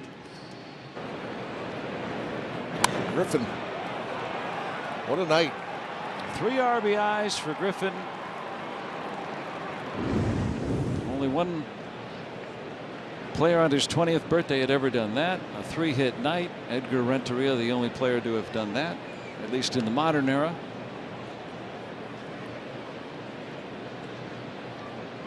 Happy 20th birthday. Adding on 6-0. Bowers makes the final out. Pirates add on 2 more. More run support for Paul Skeens tonight on Connor Griffin's birthday.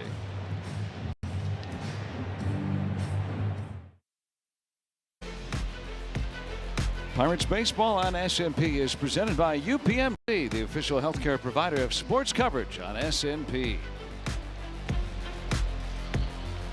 Pirates have a 6-0 lead here in Milwaukee. Billy Cook says in the game he'll play right field. Ryan O'Hearn will move to first base.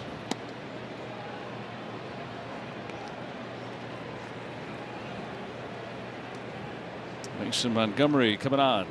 Valvoline numbers for Mason Montgomery.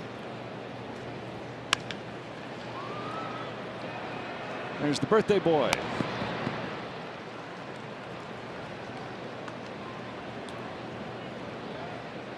Once again, the numbers for Mason, 11th appearance. 19 punch-outs in 9 1/3 innings. When he's in the zone, he's pretty much dominant.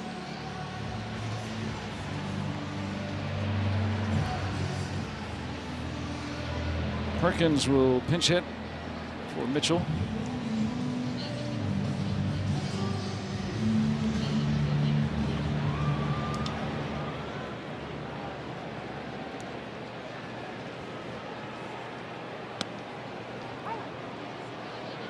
Paul Skeens retired the first 20 tonight. Gave up a 2-out ground single up the middle to Jake Bowers, and has been the Brewers' lone base runner in this game. Pirates with 4 of their runs coming after 2 outs. It's nice work, mostly coming from the bottom of the order, which you like to see.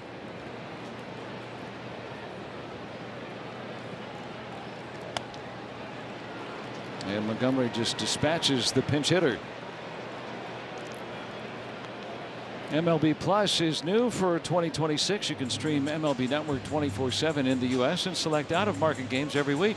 Plus live radio broadcasts of every game, Game Day 3D, Big Inning, and minor league action. Visit MLB.com/MLB Plus to subscribe today.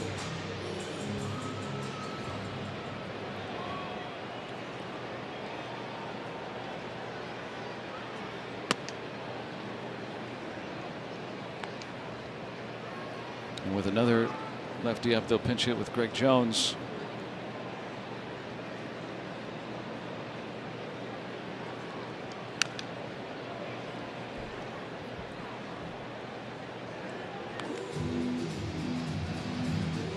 It feels good. You don't have too many games like this, or at least in recent years here in Milwaukee, where the Pirates utterly dominant.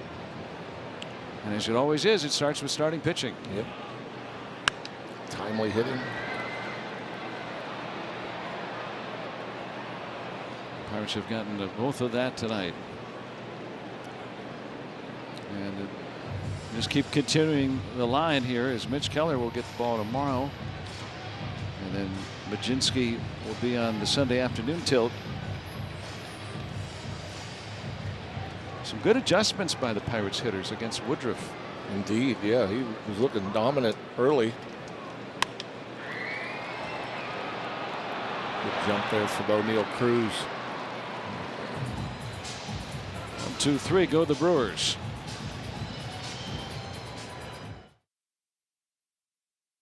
On SNP is presented by AHN, official medical provider of your Pittsburgh Pirates, and by Barrel Automotive, driven to be better. All Pirates tonight, 6-0 as we head to the 9th. Greg Jones stays in the game to play right field after pinch hitting. Blake Perkins will man center.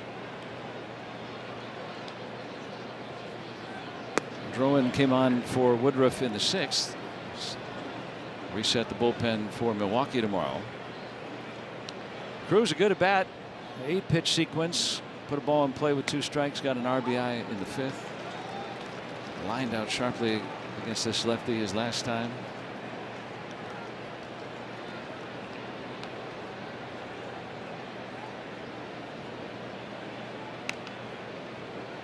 So the way it looks tonight, if the Pirates hold on and win, it would be 13 games in a row where they alternate wins and losses. Yeah. Well, again, it's, you'd like to get on a little run and to break that streak. But in the same sense, when you have good pitching, you eliminate losing streaks, and we talked about it since day one. Your next day's starter has a chance to stop a streak, and so you're stopping it at 1. And then you start, you like to obviously win a few in a row, which they've done this year earlier. But it is kind of odd to go win-loss, 13 consecutive games.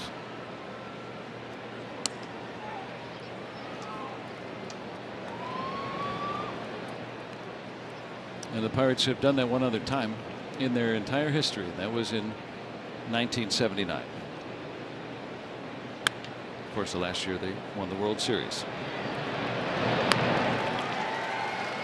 1 for 5 night for Lau.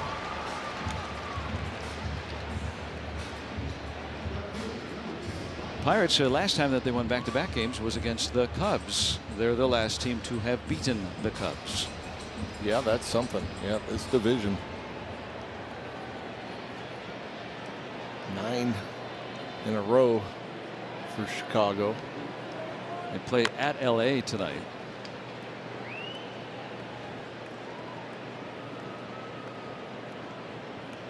The Brewers in last, but they're 2 games over 500 coming into tonight. Yeah. No other division, of course, could boast that. But the dust will settle. You know, we're 1 month in. Let's see where we are in the next month. You know, Memorial Day, really that first bellwether in baseball. Yeah, a lot of time left. And you look at the team we just played down in Texas, 1 game over 500, and they're sitting on top. As Isaac Matson looks to be loose and ready to go for the 9th.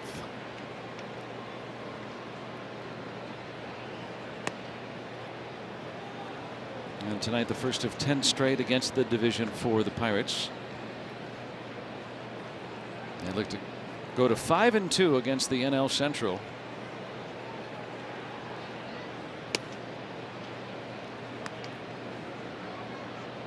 They've only twice had a winning record against their own division since the Central formed in 1994.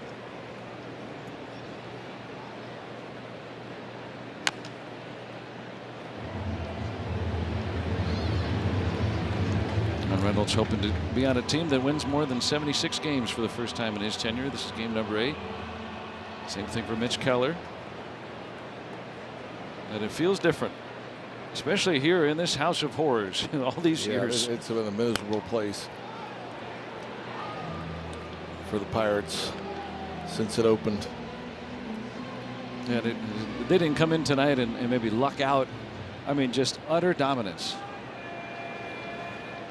Precision execution, hitting, pitching, and a lot of it coming after 2 men are out. And Mitch Keller will get the start tomorrow. And don't forget, you can tune in a little bit earlier tomorrow. We'll want you to tune in at 6:30 for game 2 of this 3-game set. Jacob Mizorowski, the flamethrower, going for Milwaukee, and our coverage will begin on Sportsnet Pittsburgh Plus channel at 6:30. Use the S&P Plus scan the QR code to look where you can find S&P Plus on your provider. Jake Mangum will run for Reynolds. Give him some work here in the 9th.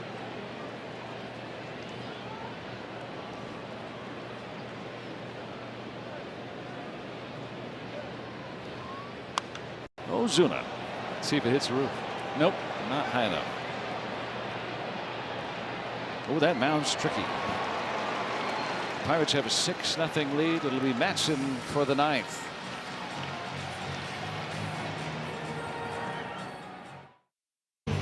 Pirates have a 6-0 lead as we go to the bottom of the 9th. Jake Mangum stays in the game to play left field.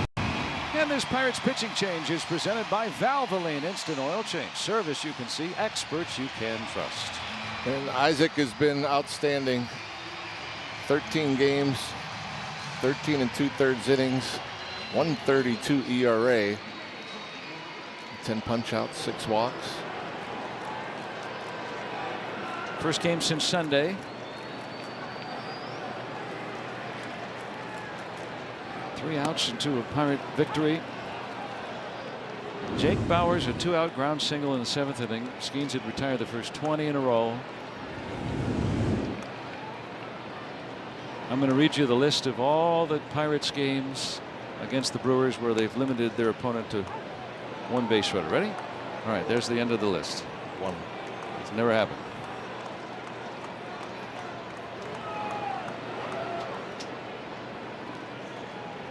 Montgomery a 1-2-3 8th inning.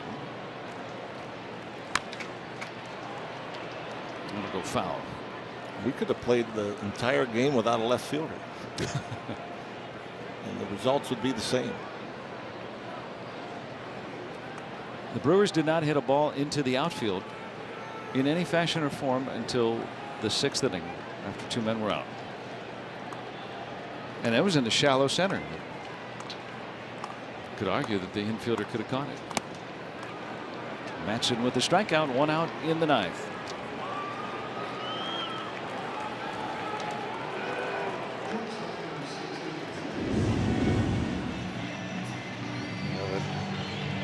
Good fastball.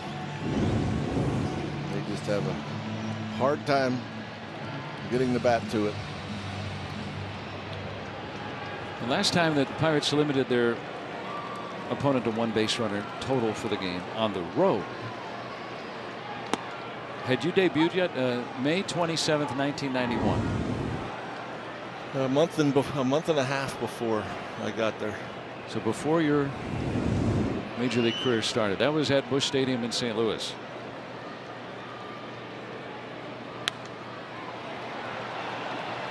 Joey Ortiz pinch hitting pops up. And 2 outs.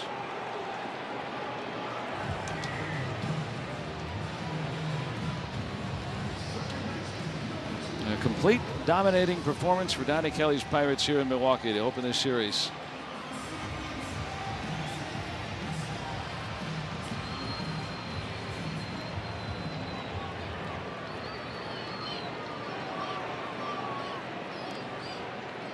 Bryce Terang, the only Brewer to come up 4 times tonight.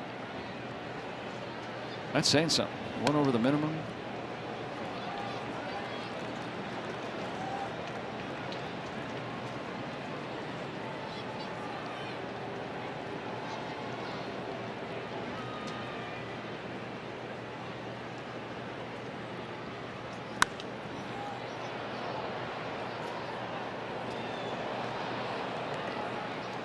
Trying to shut out Milwaukee at their place.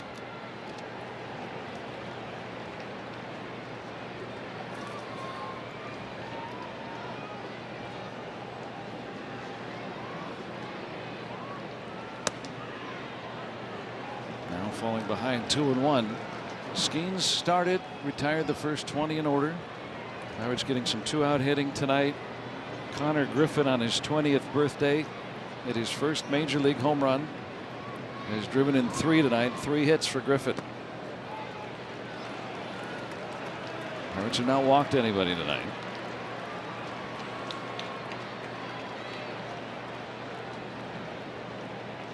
Yeah, I'd be shocked just to not see Matson just go right at him. Get you a pop up. And he missed. It's a 2-out walk in a 6-run game in the 9th inning, and this crowd roars. They haven't seen anything like that tonight. That's how utterly dominant the Pirates have been. It's not often you limit your opponent to never getting past first base. They won't hold on to Rang, I presume.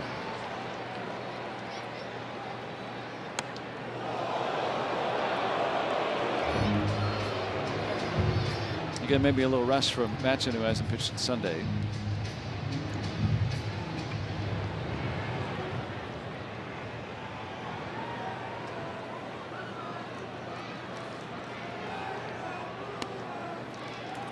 Trying to slider, just missed a hair up.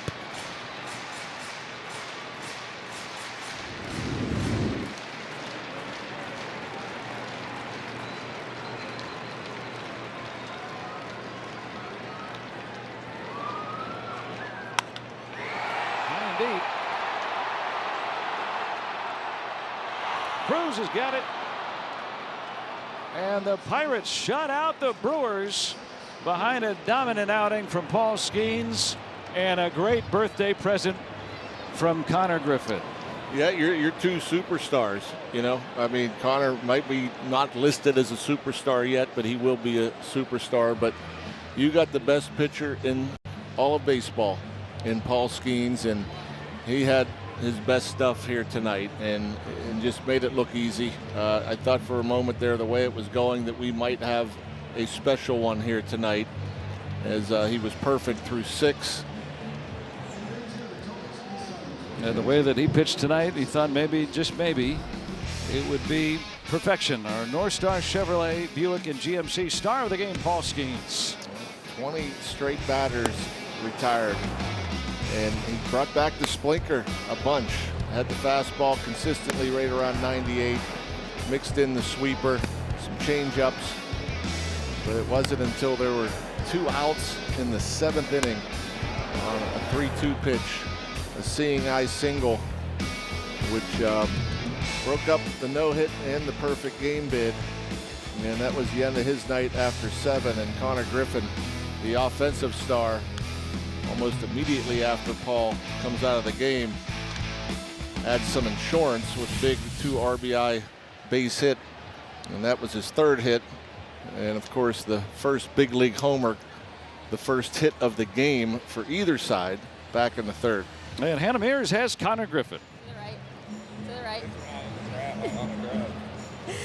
Connor, first and foremost, happy birthday.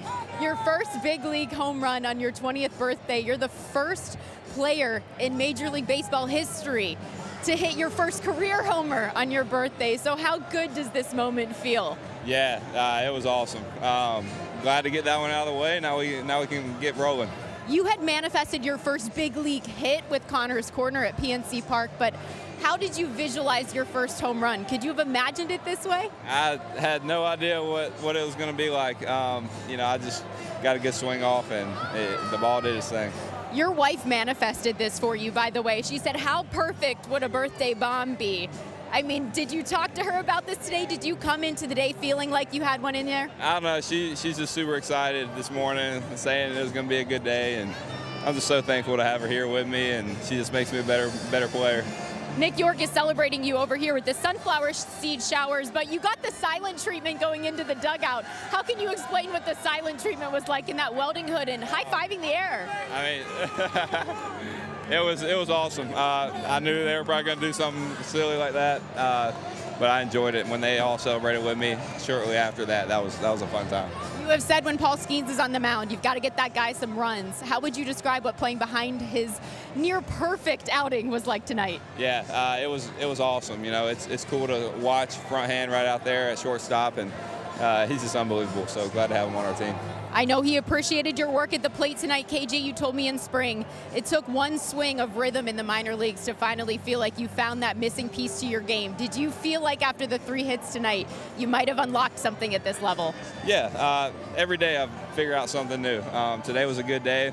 Gonna continue to build on that and just keep doing what I do and just be me, and just keep working hard. Your teammates appreciated you in this shutout today against Milwaukee. Hey, go tell the guys, including Paul Skeens, to go buy you a birthday cake, okay? All right, sounds good. Thank you. Guys?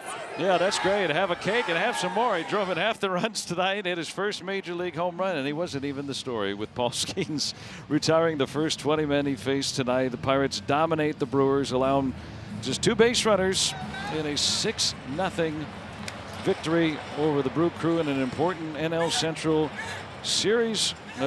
Win now very possible, with one of the next 2 going the Pirates' way. Stay tuned. Pirates extra innings on site here in Milwaukee is coming your way next. And thanks to our entire crew for providing you this game here tonight. The Pirates blank the Brewers in Milwaukee. 6-0. The Pirates open the series with a win tonight.